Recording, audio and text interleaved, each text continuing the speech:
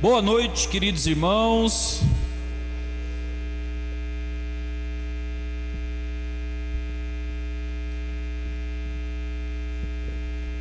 Um prazer estar com vocês, ver rostinhos tão bonitos, alguns que eu já vi tão recente, outros que faz tempo que eu não vejo. Mas 23ª Escola de Profeta, foi uma caminhada, né, César? Foi uma grande caminhada. É um prazer estar aqui com vocês, é um prazer poder compartilhar algo ao coração, à mente de vocês nessa noite. Desejo que você esteja aberto, disponível, com o coração, com a mente, focado, não naquilo que eu posso falar, mas naquilo que o Espírito Santo pode pegar e usar para ministrar o seu coração. Aqui nós estamos diante dele, diante da pessoa viva dele, e Ele é plenamente capaz de transformar a nossa vida aqui agora, com novas revelações, com coisas impactantes que ainda a gente não experimentou na presença dEle, amém? Júnior encerrou a parte do louvor falando sobre o nosso maior motivo de estarmos aqui. Jesus vai voltar. Como eu gosto de falar isso. Só em Baixa Grande a gente está aí há quase 13 anos, 12 anos, há quase 12 anos falando só em Baixa Grande sobre esse assunto. Não existe razão desse lugar, não existe razão desse momento, não existe razão desta reunião, não existe razão desse culto, desse louvor, das orações e de qualquer outra coisa do aspecto da vida da igreja, se não for em pensar, em viver, em ansiar, em olhar única e exclusivamente o dia grandioso do Senhor Jesus. O dia de maior esperança do nosso coração, não só nosso, mas também de toda a criação, de todo o mundo, quer seja material ou espiritual, todos aguardam ansiosamente este dia, o recomeço da história, um novo mundo, novos corpos, um novo governo, como nós cantamos aqui. Venha o teu reino. Mude a cultura deste planeta, transforme o modo de viver das pessoas deste planeta, mude os aspectos naturais, organize a natureza para que ela funcione boa como era quando o Senhor criou. Tire toda a doença, tudo aquilo que nos aflige, tudo aquilo que nos destrói, tudo aquilo que consome o nosso ser, todo câncer, toda dor de cabeça, toda falta de habilidade mental, toda falta de habilidade física, toda deficiência. Um mundo perfeito, um mundo bom, um mundo como o Senhor criou para ser, para a glória do nome dEle. Eu não sei o quanto você deseja esse momento, esse início, esse começo de uma nova história, mas deveríamos estar desejando. Meu assunto vai ser falar sobre a volta de Jesus, como eu gostaria que fosse, mas quero me adentrar ao aspecto da vida cristã. Estaria livre para falar sobre outro tema, mas ontem à noite ministrei em Baixa Grande e Wanderley me fez o convite para repetir a mensagem. Portanto, alguns que estiveram ontem à noite lá ouviram a mensagem 2 vezes. Mas porque, por coincidência, não estava em nenhum momento pensando na escola de profeta para ministrar o que eu ministrei ontem à noite lá. Mas realmente, quando ele falou tem sentido, ele me disse: Fábio, tem tudo a ver, por que você não repete e tal, e estamos aqui, amém? Quando nós falamos sobre volta de Jesus, sobre a igreja do Senhor Jesus, e sobre esses momentos que nós marcamos com reuniões, com práticas, os aspectos práticos da vida cristã, tudo isso se converge na grande preparação que nós estamos em encontrar com o Senhor Jesus. Tudo isso é uma grande preparação, tudo isso é um pouquinho mais do Senhor que nós experimentamos através da ministração da palavra, da meditação, das orações e de toda outra prática cristã, para nos prepararmos melhor para encontrar com o Senhor Jesus. Mas eu preciso começar falando o que eu falo direto, que, irmãos, o mundo vai de mal a pior, as coisas ficarão cada vez piores. Lugares como esse é um refresco na nossa vida. Lugares como esse, tinha um irmão aqui, eu não lembro quem foi, teve um irmão aqui que um ano falou que só começa o ano depois da escola de profeta. Quem foi esse irmão? Tem um irmão que falou isso. Quem foi? Quem? Foi Erivelto. Eu tinha isso na mente, mas eu não sabia quem era. É o nosso homem do caráter aí, nossa referência. Realmente isso aqui é um norte para muitos de vocês, do que buscar, do que desejar. Mas eu preciso que vocês fiquem atentos, porque por enquanto tudo isso aqui parece muita calmaria, mas nós enfrentaremos um mar revolto à frente. Grandes dificuldades nos aguardam por causa do nome de Jesus. Ele nos deixou bastante claro isso quando ele falou em Mateus 10 a respeito daqueles que o seguem e que carregam o teu nome. Não vem coisa tranquila para a gente em relação ao mundo, por estarmos seguindo a Jesus, defendendo o nome dele, separando uma semana da nossa vida para estar aqui em nome de Jesus ou por causa de Jesus. Vocês, assim, pagarão o preço por tudo isso. E isso é assim, eu não sei para você, mas isso parece ser bom. Não. Você está disposto? Você ama Jesus? Você ama a igreja de Jesus? Você ama esse lugar? Não só esse lugar físico, mas tudo que compõe esse lugar junto com esses irmãos que estão do seu lado. Você ama esse lugar? Esse ambiente? Essa família que Jesus te introduziu? Esses aspectos da vida desta igreja? As práticas cristãs? E tudo aquilo que compõe este corpo de Cristo? Nós precisamos amar esse lugar, nós precisamos nos apegar a isso, nós precisamos valorizar isso. Nós somos aqueles que defendem a verdade de tudo que existe. Nós temos na mão o livro que irá se cumprir plenamente e que nós cremos que contém a verdade. Não contém toda a verdade, porque muita coisa será revelada, mas ele contém a base da nossa verdade. Ele contém a revelação de tudo que virá. Ele contém a revelação de quem é o nosso Deus. Ele contém a revelação do nosso Senhor Jesus Cristo. Tudo isso não é uma grande brincadeira. Tudo isso não é momentos à toa. Nós não louvamos à toa.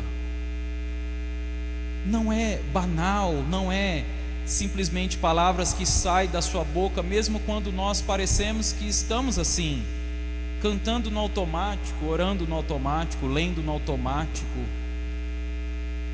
Quanto mais se aproxima o dia do Senhor, mais sério isso precisa ficar para nós, mais verdadeiro isso precisa estar no nosso coração. Precisa ter uma convicção maior de que nós estamos mesmo em cima, caminhando em cima, andando em cima da verdade revelada pelo Filho de Deus. Porque vai custar, porque custará a nós defender essa verdade. Então ame este lugar, ame este chamado, este ambiente, esses irmãos, essa convocação de ser a igreja, de praticar os aspectos da igreja. Precisamos nos apegar a isso. Ninguém está inocente aqui. Não existe inocentes em nosso meio. Todos vocês sabem o quanto custou para você estar aqui. Não só questões financeiras, porque de fato custou para você estar aqui, mas sangue foi derramado na cruz do Calvário, e quantos outros depois, para que você chegasse na revelação que você tem hoje. Quantos se desgastaram, quantos perderam a vida, para que esta palavra chegasse até as suas mãos. Este é um livro de sangue, um livro caro, caríssimo. Não podemos menosprezar tudo que foi dado a nós, o benefício do que nós temos. por causa da misericórdia, da bondade do Senhor Jesus. Se não é a ação do Espírito Santo nas nossas vidas, quem de vocês creriam? Quem de vocês teriam a capacidade de tirar as escamas dos olhos de vocês e enxergar a verdade que está contida no Senhor Jesus? Que grande bondade Ele manifestou a você, que misericórdia e graça maravilhosa que Ele escancarou diante dos seus olhos, que abriu o seu coração e rasgou e penetrou profundo, dividindo a sua alma,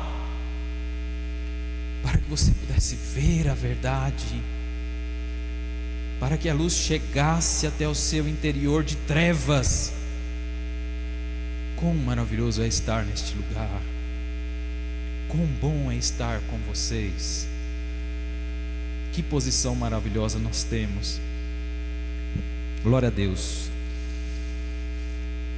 Então eu queria que os irmãos abrissem Atos capítulo 2.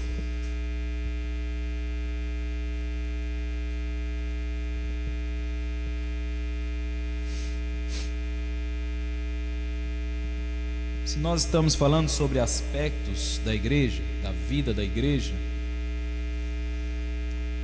precisamos entender o porquê que tem a igreja.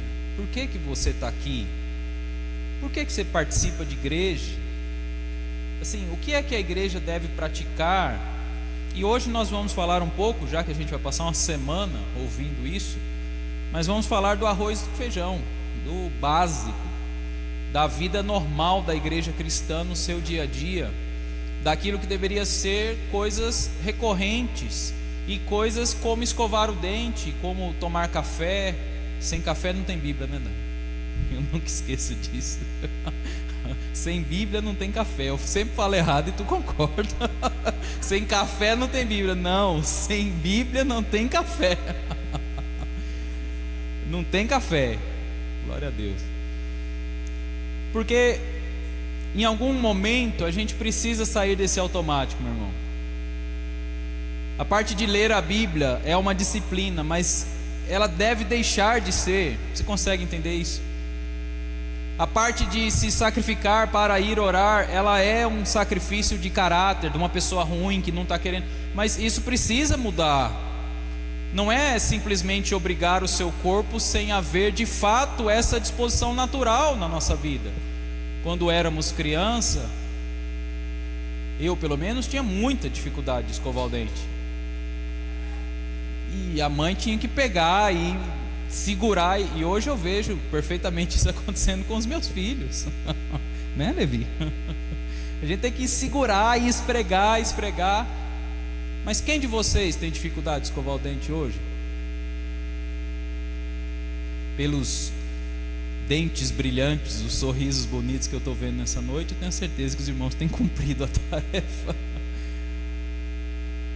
E por que as questões dos aspectos da vida cristã, das mais básicas possível, no meio de irmãos de 20, 30, 40 anos de prática, de andar, de caminhar na vida cristã, ainda é um peso, ainda é uma dificuldade? Quantos de vocês conseguem perceber assim um grande relaxamento nosso em relação ao corpo de Cristo, em relação à igreja? Nas suas localidades, cada um de vocês sabe da realidade que vocês têm, mas quantos de vocês conseguem perceber algum sinal de avivamento? Alguma manifestação diferente da que existiu? Algum mover que está contagiando as pessoas? Algum de vocês consegue identificar isso na localidade de vocês? E por que não falar no próprio Brasil? Porque quando tinham manifestações como essas antigamente, podia ser o lugar que fosse, as pessoas ficavam sabendo, a mensagem chegava, a unção chegava, as coisas contagiavam uns aos outros. Eu lembro muito bem de Rubiataba quando era assim. Engraçado que Rubiataba até hoje recebe pessoas. Conversei com um pastor, um dos pastores de lá, tem uns 20 dias, não, acho que tem menos, uns 15 dias, e ele mencionando isso. Mesmo até hoje chega pessoas lá de diversos lugares do Brasil, assim, querendo conhecer aquilo que aconteceu um dia? Quantos de nós experimentamos momentos muito melhores do que estamos vivendo agora diante do Senhor? Quantos de nós tem vivido na base da lembrança do que você viveu diante do Senhor? Do dia que chorou, do dia que sentiu, do dia que mudou.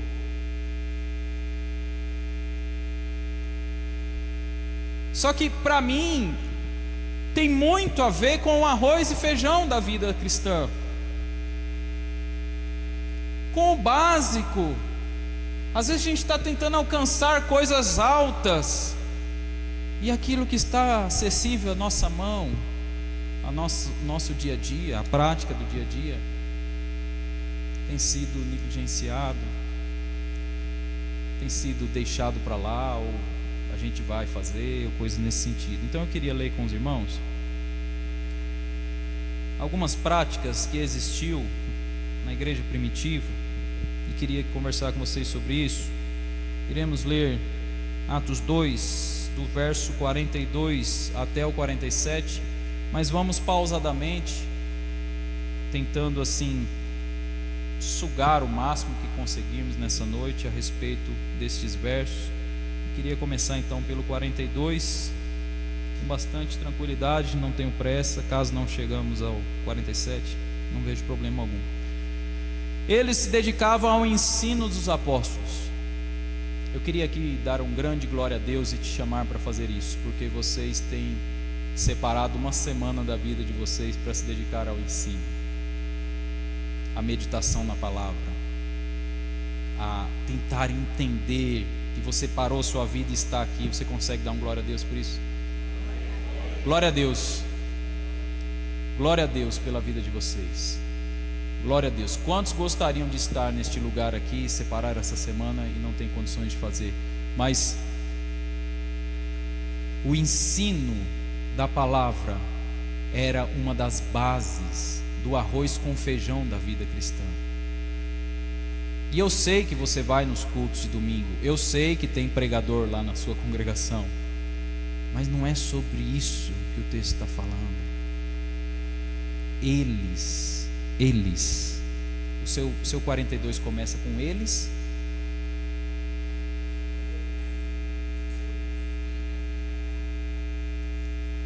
Nós estamos diante do relato.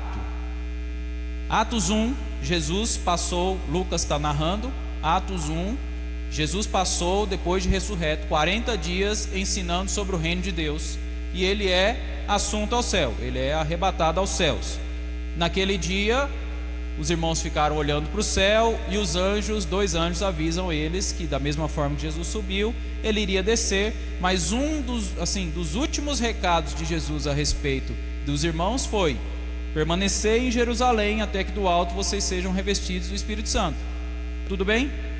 Se localizaram aí? Atos 2, desce o Espírito Santo. Tudo bem aí? Tudo bem? E no meio da manifestação do Espírito Santo, Pedro faz uma pregação. Tudo bem? Tranquilo? O resultado desta pregação, Pedro vai começar lá no Velho Testamento, revelando Jesus e explicando o que é que estava acontecendo ali com aqueles irmãos. O resultado desta pregação é uma pequena conversão de 3.000 pessoas. Quantas pessoas tem convertido lá na congregação que você frequenta? Não preciso falar não. E essas pessoas agora, elas vão se engajar na prática normal da vida cristã daqueles dias, ou nos aspectos normais ou comuns da vida cristã daqueles dias. Lembra, a gente está começando a igreja aqui, a igreja sem Jesus estar fisicamente presente na terra. Então o eles aí, ou e perseveravam, diz respeito a todos estes que estavam presentes, que se converteram, e aqueles que já eram convertidos. Eles se dedicavam ou perseveravam na doutrina ou no ensino dos apóstolos. Eu sei que a maioria de vocês, tenho certeza disso, já tem uma prática diária cristã da leitura bíblica. Eu sei disso. Eu sei que a gente já tem, boa parte de vocês já tem a prática de ler a Bíblia. Mas esta escritura, ela tem muito mais a nos dar sobre o conhecimento do Senhor Jesus do que simplesmente o horário do devocional, da leitura. Ela tem muito mais. Eu fico assim, admirado do quanto isso aqui tem pouco valor para nós. Eu comecei falando sobre o preço deste livro. Deveríamos, como igreja, como aspecto normal da vida cristã, sermos devoradores desse livro.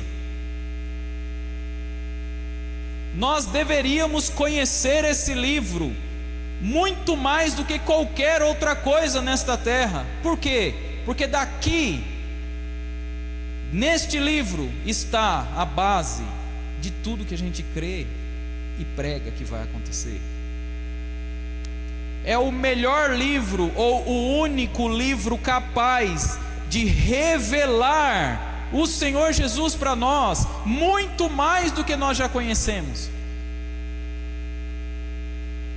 Quantos de nós poderíamos testemunhar que passou anos lendo um único verso dessa escritura, e esse verso nunca foi uma passagem que não se renovou para cada um de nós? Nós estamos sim diante de um livro bem antigo. Uma parte dele tem mais de 2000 anos, a outra parte tem muito mais do que isso. Mas ele não é só um conto, ele não é só uma história, ele não é só momentos de pessoas que viveram e vivenciaram coisas com Deus e relataram isso como um testemunho. Ele não é só isso, apesar de também ser. Mas ele é plenamente capaz de te colocar diante de Jesus e revelar a pessoa dele para você, numa simples leitura da palavra. Então, o dedicar e o perseverar, como arroz e feijão, quero colocar dessa forma, é muito além do que marcar um X cumprindo. Eu li Gênesis 5, 6 e 7. Tá bom, tá ótimo, maravilhoso. Amanhã eu cumpro mais uma vez o meu devocionalzinho e tá tudo ok. Tá. Teria condições da gente se dedicar mais à ministração da palavra, mais à ministração do ensino, mais à leitura da palavra para o entendimento, para buscar conhecer a doutrina dos apóstolos. Porque na doutrina dos apóstolos está o funcionamento da igreja cristã. Como deveria ser, como deve ser, o que deve ser feito, o que não deve. Penso eu que por meio de não conhecer ou de ter dificuldade em estudar esta palavra, cometemos grandes erros. Perdemos muito tempo. Deixamos muitas coisas acontecerem por simplesmente não estudar esse livro. Então esses irmãos se dedicavam ao ensino, à doutrina dos apóstolos. Continuando o verso 42 diz: eles perseveravam na comunhão. Todos vocês aqui, ou quase todos,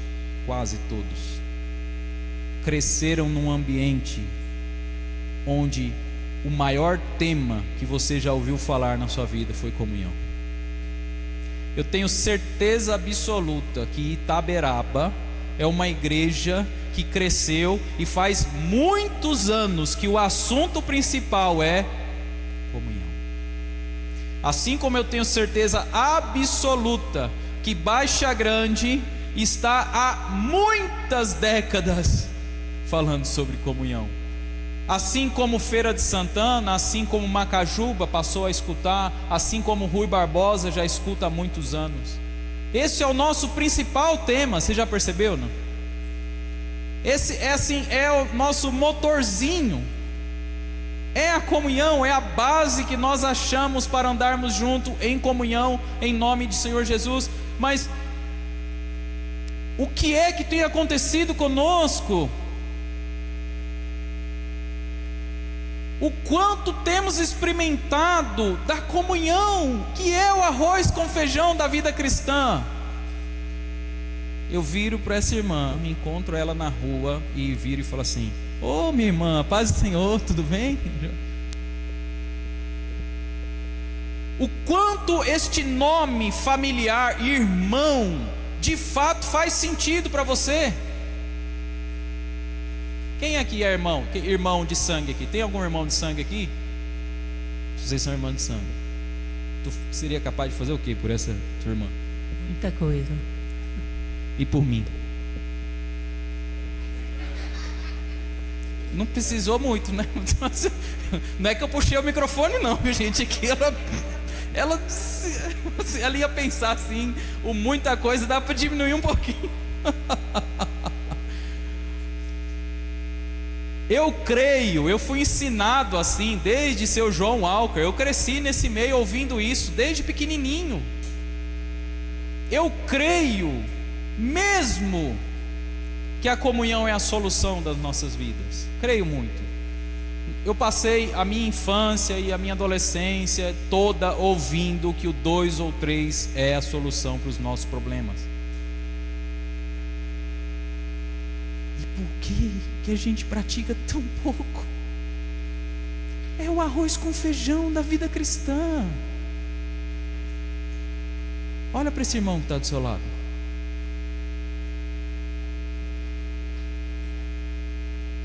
Foi Deus que colocou esse abençoado na sua vida. Foi Deus que introduziu esse abençoado para estar com você. Não foi coincidência. O próprio Senhor Jesus agiu para que esse abençoado fizesse parte da sua vida. Mas não é só isso, o próprio Senhor Jesus resolveu encarnar na vida desse abençoado que está do seu lado, de modo que ele carrega a presença viva do Senhor Jesus com ele. Por que eu não vou ter comunhão com esse abençoado? Por que eu tenho dificuldade? Porque quando nós olhamos para o abençoado, nós olhamos o velho homem. E Paulo nos deixa claro: não olheis mais segundo a carne.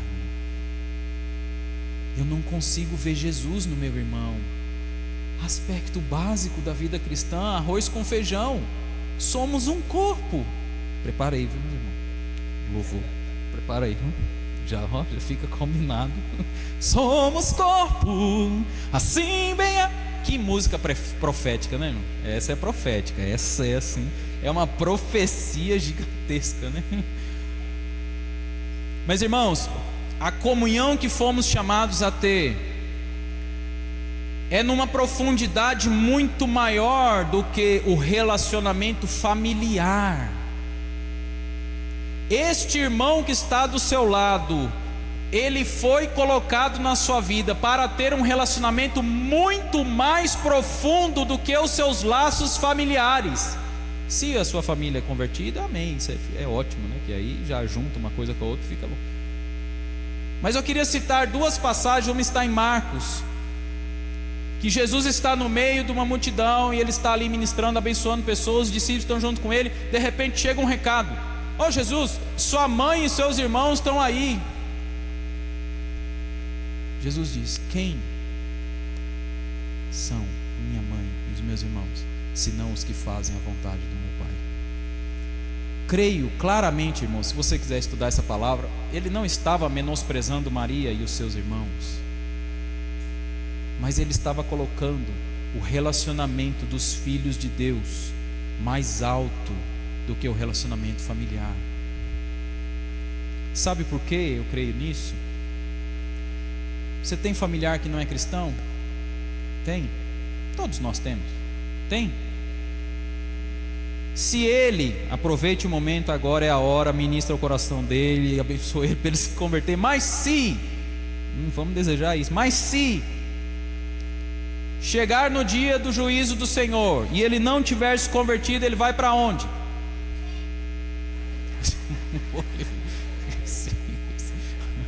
Vocês não sabem, mas a gente combina em casa, entendeu? Já fala a frase, ele já... Brincadeira, não, ele faz na espontaneidade mesmo.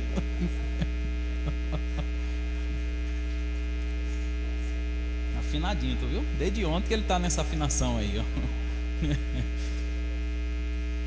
A gente deu risada, mas é uma coisa muito séria. Significa que esse parente seu, laço familiar, vai passar a eternidade toda longe de você. E esse irmão que está do seu lado aí, olha para ele de novo, vai viver para sempre contigo. Percebe? Se for um familiar seu, amém, né? Glória a Deus, que junta a união de família, ainda a união de Cristo, maravilhoso. Mas eu vou citar outra. Se vocês amarem mais a sua mãe ou seu pai do que a mim, não é digno de mim.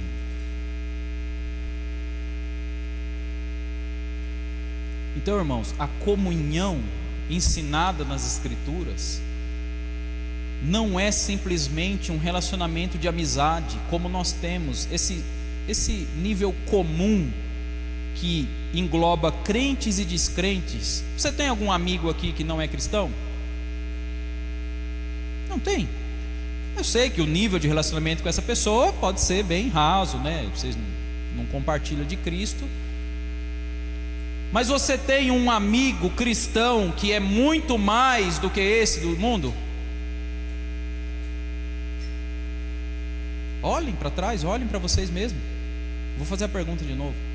Você tem um amigo cristão, um amigo mesmo, assim como ela faria muitas coisas pela irmã dela, você tem esse irmão na sua vida? Levante sua mão. Se apegue a ele, cuida dele, trata ele com carinho, ame ele, veja o que ele está precisando e se dê a ele. A comunhão ministrada nas Escrituras vai muito além do que nós já conhecemos sobre dar a vida pelo outro. Mesmo esse aspecto de fazer muitas coisas pela sua irmã, eu creio, do nível de relacionamento que nós fomos chamados a ter, nós não experimentamos quase nada, porque deste relacionamento brota a vida abundante em nosso meio. Então eles perseveravam na comunhão. O resultado disso, verso 42 ainda, o partir do pão, o momento em que eu sento com o meu irmão e juntos nós celebramos a participação no corpo de Cristo, que eu e ele está fazendo parte daquilo. A ceia para muitos cristãos, meus irmãos, é simplesmente um ato litúrgico, uma cumprição de regra, um evento vazio em que se toma um pedacinho de pão, um pouquinho de suco, bebe aquilo, bate palma. Não quero entrar em detalhes porque tem piores momentos ainda em alguns lugares a respeito desse dia, desse momento que se marca a ceia. Mas a ceia é a reunião mais importante que existe no cristianismo. Eu posso ouvir um amém? A ceia é o momento mais importante da vida cristã, amém? Durante a ceia você pega o corpo do Senhor Jesus. Você está segurando um pão, tá, meu irmão? Você não vai comer, você não é carnívoro, você está segurando um pão na mão, mas você está ali declarando para os céus e para a terra, para os vivos e para os mortos, para todos aqueles, que você tem um compromisso com o Senhor Jesus. Você assume diante de todos que você pertence ao Senhor Jesus, que você participa do corpo dele, todos os dias que você toma o pão e bebe desse cálice. Mas não somente isso, neste momento você está com outros irmãos, cada um pega um pedacinho de Jesus, e juntos nós comemos e formamos esse corpo coletivo do Senhor. Então eles partiam pão todos os dias. Você tem alguma expectativa da próxima ceia lá na sua casa? Na sua localidade? Qual expectativa? Qual é assim? Nossa, eu não vejo a hora de chegar em casa porque vai ter a ceia. E, sabe, tipo Chaves empolgado no episódio. Isais. Pão, é pão e suco, mas é muito mais do que isso. É partir um pão e beber um suco, mas é muito mais do que isso, ou não é? Tem verdade naquilo ali?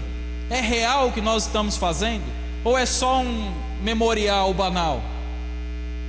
Existe poder na ação de estar tomando do corpo do Senhor Jesus, renovando a aliança com Ele durante a ceia, reafirmando o compromisso que eu tenho com o seu corpo, Senhor. Eu estou assumindo que eu tenho uma responsabilidade muito grande de segurar um pedacinho de Jesus e participar dele. É minha responsabilidade. Nesse momento eu estou assumindo diante dos homens, diante de Deus e de tudo que existe, que eu assumo aqui a responsabilidade de segurar um pedaço do seu corpo, Senhor, e tomar para mim e participar. É muito mais sério do que talvez a gente pense que é. Por isso que alguns irmãos em Corinto ficavam doentes.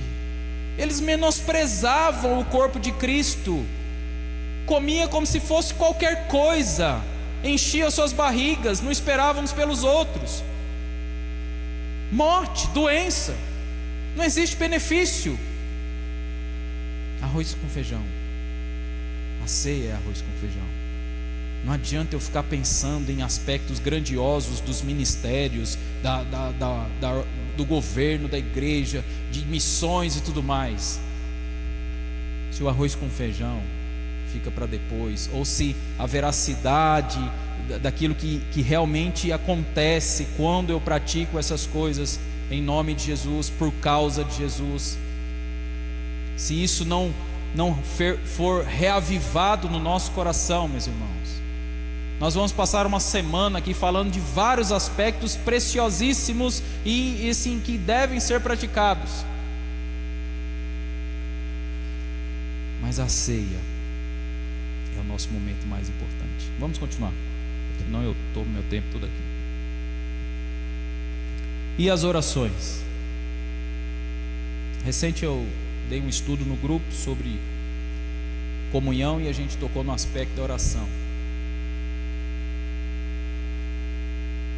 A naturalidade que deveríamos ter em orar não acontece. Normalmente nós temos um modo de se comportar na hora que vamos orar, que é diferente do nosso modo normal. Nós ativamos o modo oração, fecha a cara, fecha os olhos e começa a orar. Eu sei que já tem irmãos mais livres disso, mas orar deveria ser como eu converso com esse meu irmão aqui, ou não deveria ser? Deveria ser diferente? Jesus está te ouvindo? Ouvindo como esse irmão me ouve aqui? Está ouvindo ou não? E ele pode falar ou não? Por que a gente tem dificuldade de falar com Jesus? Né, seu voto? Por que muda a voz? Estou aqui, toda alegre. Senhor Jesus, amado Pai. Vira um locutor de rádio na hora. Jesus está contigo o tempo todo. Ele sabe o que está nessa cabecinha e nesse coração de cor e salteado. Por que você está disfarçando como Adão que se esconde atrás da figueira, pensando que Jesus não viu o que ele fez? Deveria ser natural. Se eu chamar vocês para orar aqui, você percebe como o ambiente muda ou não? Você consegue perceber?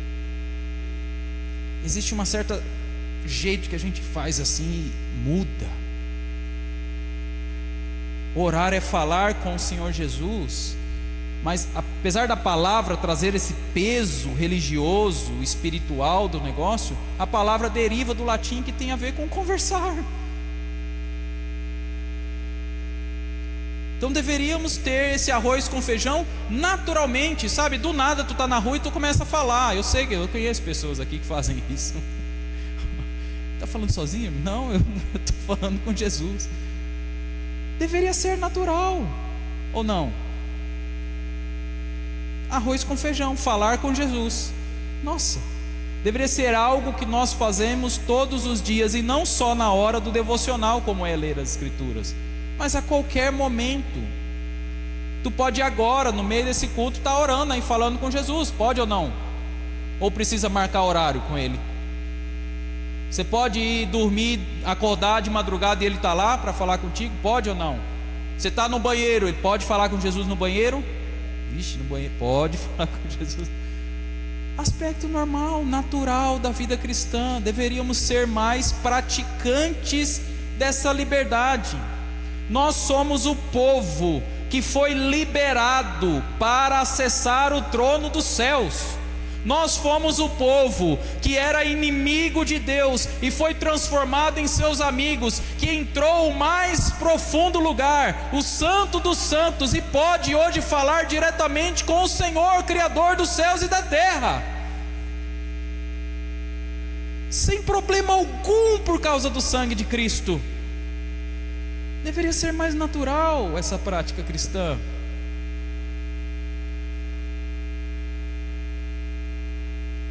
Arroz com feijão. Vamos ver aqui o que foi então que resultou na vida desses irmãos.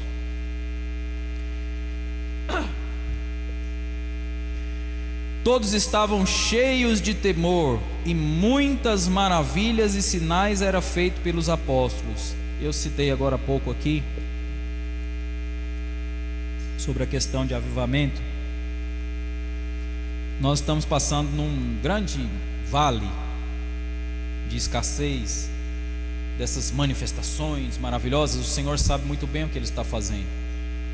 Durante muitos anos, se vocês tiveram aula da história da igreja aqui, talvez foi até citado, eu não estive, não pude estar presente, mas durante muitos anos parecia que a torneirinha do Espírito Santo, de manifestação, de poder e tudo mais, estava assim, quebrou a válvula, não tinha nem como fechar, de tanto que fluía, nossa, demais. Eu lembro que em Rubiataba, eu já citei isso algumas vezes, talvez você até já ouviu, mas em Rubiataba, o louvor ficava no fundo. Era uma coisa daquela época, eu não procuro por que não, mas o louvor ficava no fundo, e um irmão sentava com um violãozinho lá, simplesinho lá assim. Mas irmãos, quando tocava a música, vinha um mover do Espírito Santo sobre as nossas vidas. Quando eu falo isso, eu tenho certeza que alguns de vocês recordam de momentos como esse. Mas por que isso tem mudado em nosso meio? Por que isso tem assim, parecendo que a gente está pegando esse livro como se ele fosse uma lâmpada mágica, esfrega, não tem gênio nenhum mais saindo desse negócio, não funciona mais, parece, porque eu não estou sentindo mais nada, não existe nada novo aqui. A reunião de domingo passado é a mesma do que vai ser domingo que vem, e assim sucessivamente. Lá em Itaberaba é César que vai falar, na outra semana é Daniela, na outra semana é Reis, é tudo a mesma coisa. E quando volta para César de novo, ele fala uma pregação que talvez Daniela falou no domingo passado, e aí agora fica esse negócio. Por que nós estamos aqui esperando que o Espírito Santo, que parece que foi embora, vai voltar? Ele está aqui, ele está aí dentro de você. O mesmo Espírito Santo que trouxe sinais e maravilhas para esses irmãos aqui, o mesmo Espírito Santo que te encontrou alguns anos atrás e moveu a sua vida, este mesmo Espírito Santo está aqui agora e pode nos mover absurdamente neste lugar, nesta noite, neste dia. Amém? Você crê nisso? Então a Bíblia não mudou. Tá tudo certo. Os que criam mantinham-se unidos, verso 44, e tinham tudo em comum. Que vida abundante, a comunhão dos irmãos ao ponto de você não se segurar ou não reter para si as coisas, mas o que é meu é seu, meu irmão César. É bonito de falar, né? Tu deu risada por quê, mano? Eu não concluí a frase.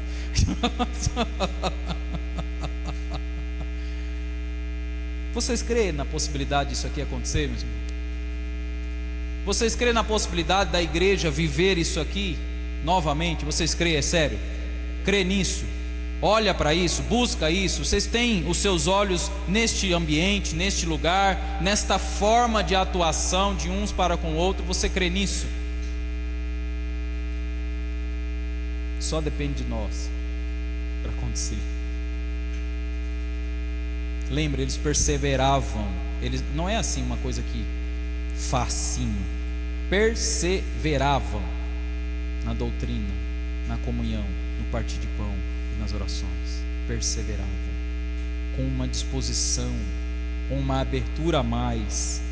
E eles estavam unidos e tinham tudo em comum. Verso 45: vendendo suas propriedades e bens, distribuía a cada um conforme a sua necessidade. Hoje em dia, penso que há uma grande necessidade de doarmos mais recurso financeiro. Com certeza há, muita necessidade. Mas se nós dermos somente tempo uns aos outros, já seria uma grande diferença. Gente, a minha vida está extremamente corrida. Eu estou falando de mim, talvez a sua não está. Mas a minha vida está extremamente corrida. É família, é afazeres, é trabalho, é coisas que eu quero estudar, é coisas que eu quero fazer. Minha vida está um caos a respeito de tempo. Eu não tenho tempo. O tempo virou a moeda mais cara dos nossos dias. Todos vocês estão extremamente atarefados, cheios de coisas, e quando folga, enfia outra coisa. Como vamos desenvolver comunhão se eu não tenho tempo para estar com meu irmão? Só que tempo é dinheiro, já dizia Benjamin Franklin. Foi ele que inventou essa frase. Vai custar financeiramente para desenvolver comunhão. Você crê nisso? Você crê nisso? Você crê nisso? Que vai custar financeiramente para você viver os aspectos da vida da igreja, da vida comum da igreja? Você crê nisso, que vai custar dinheiro?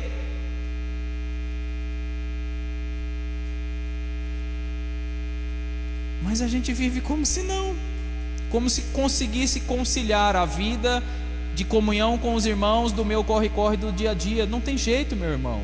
Vai custar tempo e vai custar dinheiro para a gente vivenciar essas coisas.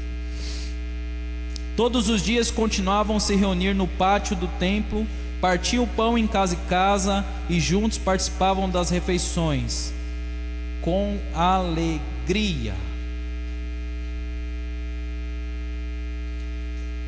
Quando nós começamos a reunião, a ministração, eu perguntei se vocês amavam esse lugar aqui.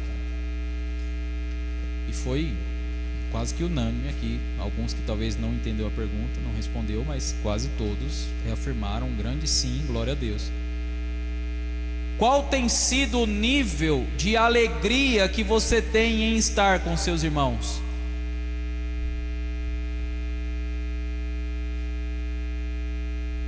Qual é o nível de alegria que você tem? Oi? Alegria. Esse é o melhor povo que você pode estar. Esse é o melhor lugar que você pode estar. É o lugar mais seguro. É o lugar mais abençoado. É o lugar de maior alegria das nossas vidas. É estar com esses irmãos que o Senhor juntou para nós. Olhe de novo para o seu irmão. Quem te deu ele foi Jesus. Jesus te deu esse abençoado aí. Tem umas dificuldadezinhas, ele tem umas coisinhas assim para ajustar, mas Jesus que te deu. Fique alegre com esse abençoado, dê risada com ele, abrace ele, cuide dele, usufrua da vida de Jesus nele. Os irmãos viviam alegres juntos, comendo, se divertindo. Não era uma vida assim tipo um monge do Tibete, sabe? Que não dá nem risada.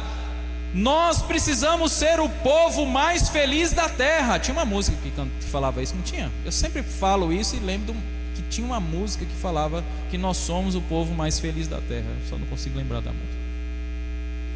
Ah, é um livro? Será, rapaz, que eu li esse livro e é nisso que eu falo toda vez? Eu lembro que era uma música, sei lá. Eu tenho na minha cabeça que tinha uma música. O povo mais feliz da terra.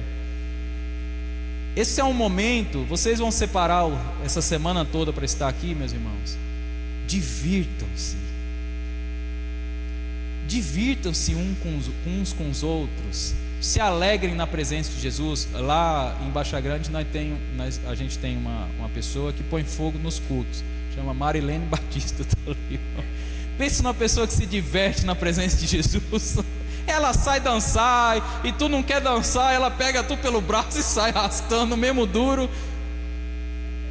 Fiquem alegres com o que vocês têm, com o ambiente que vocês têm, com os irmãos que vocês têm. Usufruam bastante essa semana. Deixa a alegria do Senhor Jesus brotar no coração de vocês abundantemente, que seja contagiante durante essa semana, que seja um momento especial, não só das ministrações da palavra, o Espírito Santo vai ministrar o seu coração, mas também dos intervalos, do momento da refeição. Assim, valorize esse momento como sendo algo precioso para você. Isso é um aspecto da vida cristã, a vida em comunhão, a vida em família, a alegria de estarmos juntos por causa de Jesus. Amém. E ele continua: sinceridade de coração. Algumas versões vão trazer singeleza de coração. Esse é um grande aspecto que barra a comunhão, meus irmãos. A falta de sinceridade. As máscaras precisam cair para que haja espaço para a gente usufruir melhor da vida cristã. Não dá para sermos falsos, precisamos ser sinceros. Não gostou, fale. Não guarde para si, não compartilha com outro, mas seja sincero, que o seu coração possa estar disponível sinceramente para tudo aquilo que é proposto para você dentro da vida cristã.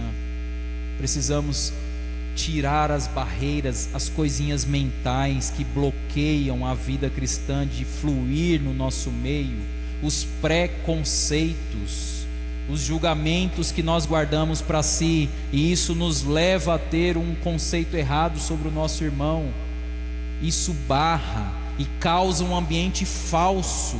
Eu estou com César, mas eu fico assim todo armado, todo assim meio, sei lá, não sei se eu posso confiar nesse cara ou não. Confia no Senhor Jesus que está dentro dele.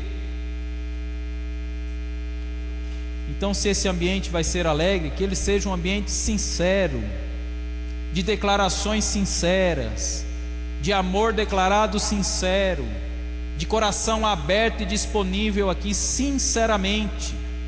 Amém? Amém.